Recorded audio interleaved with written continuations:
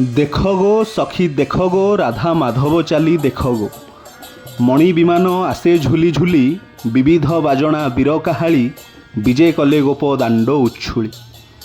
देख गो सखी देख गो राधा माधव चाली देख गो। चंदन यात्रा हेउची साखीगोपाल मंदिर रे सबुठारु अधिक दिन धरी पालित हेउथुबा पर्व।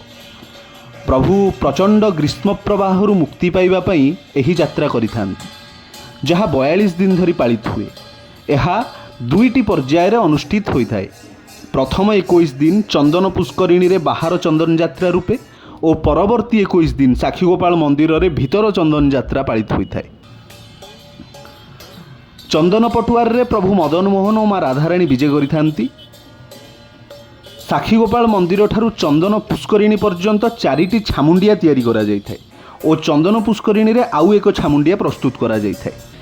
चलंती प्रतिमा को सुवासित जल में पदधौत करा जाए और जोड़ाए नौका युक्त हुई चाप प्रस्तुत हुए। चापरे पूजा पंडा, सिंहारी, मेकाप, पालियापत्री, आपट, खुंटिया और काहालिया प्रभृति सेवक रही था। अन्य चाप डंगाटी तेलिंगी बाजा बादक मैंने रही था। चापरे घेराए बुली आसिबा परे स्नान रीति निमंते कुंडरे चंदन, कर्पूर, कस्तूरी, जायफल, मल्ली, चंपा, जुई प्रभृति व्यवहार करी सुवासित जल प्रस्तुत करी सही जल रे चलंती प्रतिमा माने बुड़ पकांती। जल रे अवगाहन परे बेश अनुष्ठित हुए। बेश परे रात्रचाप रीति संपूर्ण करा जाए।